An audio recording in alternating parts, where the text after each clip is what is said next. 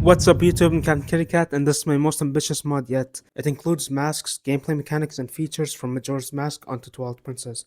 Let's dive right into the showcase. 3 masks are included in the mod. The bunny hood allows you to move faster.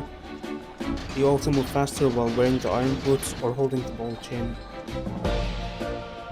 The blast mask allows you to create an explosion in Link's position that can be used to damage nearby enemies or break boulders. However, it also damages Link. If you crouch shield by holding the right trigger or guard while targeting, Link won't be damaged by the explosion.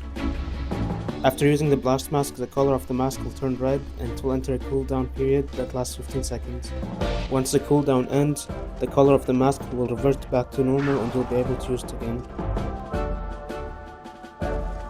Wearing the stone mask makes many enemies ignore or avoid you.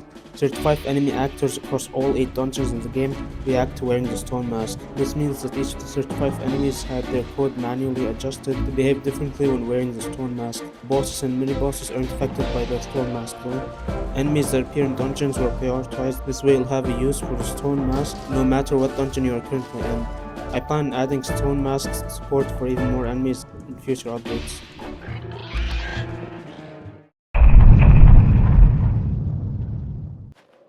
There's a lot of things to talk about when it comes to the 3-day cycle mechanic in the mod, so I'll start with the basic info and gradually get into the more advanced stuff to make it easier to follow. Firstly, if you dislike the 3-day cycle mechanic from Majora's Mask, you can disable it in the custom options menu, which will be discussed later in the video. During gameplay, there will be a timer at the bottom of the screen which starts with 72 minutes aka 72 in-game hours. The time of day in the game is determined by the time remaining in the timer. At 72 minutes, it's 6 AM on the first day. At 59 minutes remaining, nighttime on the first day starts, and yes, nighttime in Twilight Princess starts at 7 PM for some reason. Once the timer reaches 48 minutes remaining, 6 AM on the second day starts. When the timer reaches 0 seconds remaining, you'll get a game over and you'll be forced to return to the title screen to continue from your last save. There's an item in the item wheel called Time Reset. When using this item before the time runs out, the 3-day cycle will reset and you'll have 72 minutes remaining again. 2 things happen when resetting the cycle. Certain items get removed from the item wheel and some progress flags reset. Let's go through the items first. Rupees, arrows, and slingshot seeds reset to 0 and all bomb bags you have become empty. Some trade items also reset. As for progress flags, this is where things get more complicated. In Majora's Mask, resetting the cycle meant that nearly any kind of progress made in the game was reset, including side quests. However, currently at version 0.6.0 of Majora's Mask Pack, only progress on dungeons and some pre-dungeon quests are reset. The way it works is that each dungeon in the game has a requirement that needs to be completed once before its progress starts resetting when resetting the 3-day cycle. For example, the Goron Mines requires that you obtain the iron boots. After obtaining the iron boots for the first time, every time you reset the cycle, you don't need to worry about getting the iron boots again, but you'll need to fight King Baldwin 1, navigate up this mountain, wrestle Goron, and finally beat the Goron Mines. You'll have to do this every time you reset the 3-day cycle if you want to enter the Goron Mines after obtaining iron boots. Let's go through the 3-day cycle for each of the dungeons.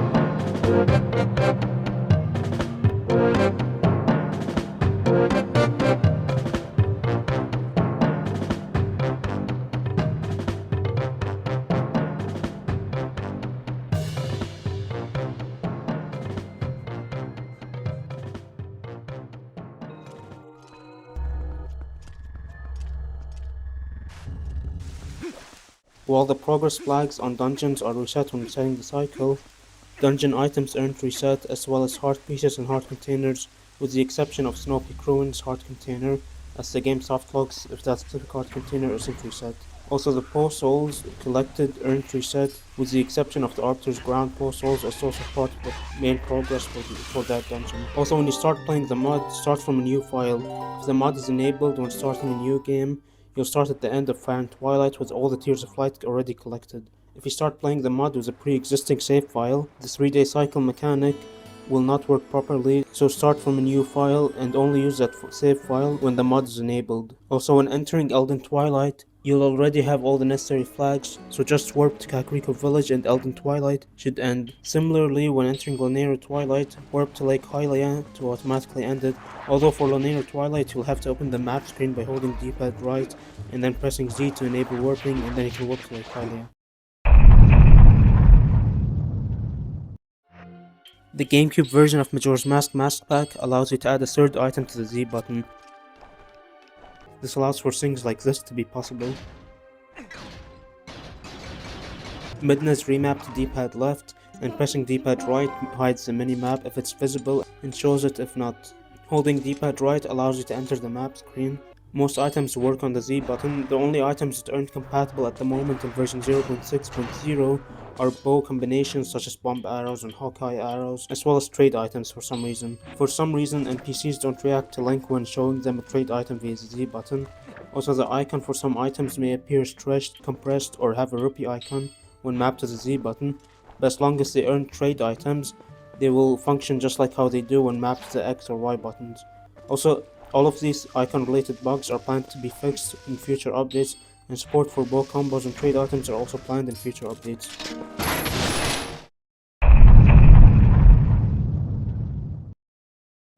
The Infinite Sword glitch, also known as ISG, is a glitch in Majora's Mask that occurs when crouch shielding next to an interactable object and crouch tabbing and then pressing A before the crouch tab animation ends. When the glitch is performed, the hitbox on Link's sword is always active and damages enemies without manually swinging the sword. Similarly, in this mod, to perform ISG, crouch shield next to an interactable object by holding the right trigger, press B to perform a crouch slash, and finally press A while the crouch slash animation is playing to interact with the object and start ISG. You can do chest ISG, door ISG, sign ISG, NPC ISG, and more. You can even perform ISG using bombs.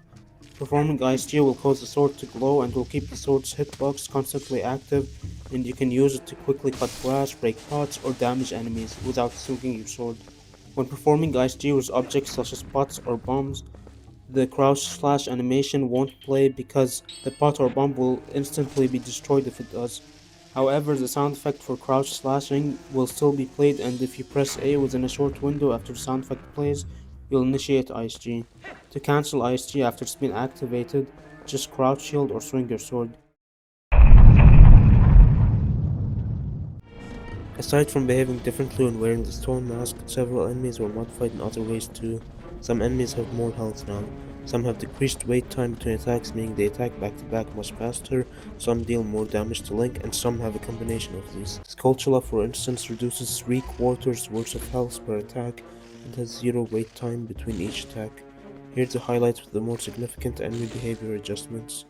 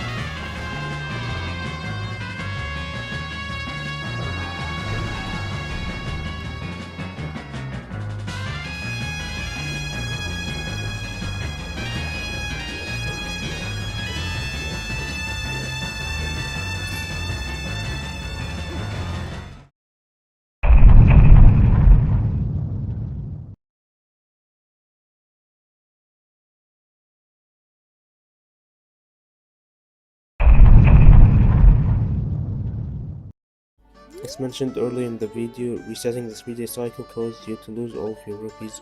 In Majora's Mask, there's a bank where you can deposit your rupees. Rupees deposited to the bank will remain in the bank even after resetting the 3-day cycle, and you can withdraw them after resetting the cycle. Since arrows and bombs are also depleted when resetting the 3-day cycle, you'd want to cut grass in the overworld to quickly refill them. In Twilight Princess, however, bombs and arrows are much more rare to come by than they are in Majora's Mask. As a result of this, losing all of them when resetting the cycle would be a huge setback. The mod addresses this by allowing you to deposit not only rupees but also arrows, normal bombs, and water bombs in the bank system. To open the bank, interact with the sign next to Link's house in Orden. You'll be prompted with whether you want to deposit or withdraw. There's important information towards the bottom of the screen. In here you can view how many rupees, arrows, and normal and water bombs are currently stored in the bank. Under that, you can view the controls for using the bank system. Press D-pad up or down to choose between depositing or withdrawing, and then press A. For depositing, you can deposit up to 2000 rupees, 200 arrows, 160 normal bombs, and 80 water bombs. For withdrawing, make sure your wallet, quiver, or bomb bags aren't already full. Also, if all bomb bags contain water bombs and you try withdrawing normal bombs, you won't be able to. The same applies the other way around. When depositing or withdrawing, press D-pad right or left to increment or decrement the amount to deposit or withdraw by 1. You can also press the right or left triggers to increment or decrement by 10. After choosing how much you'd like to deposit or withdraw, press A to confirm.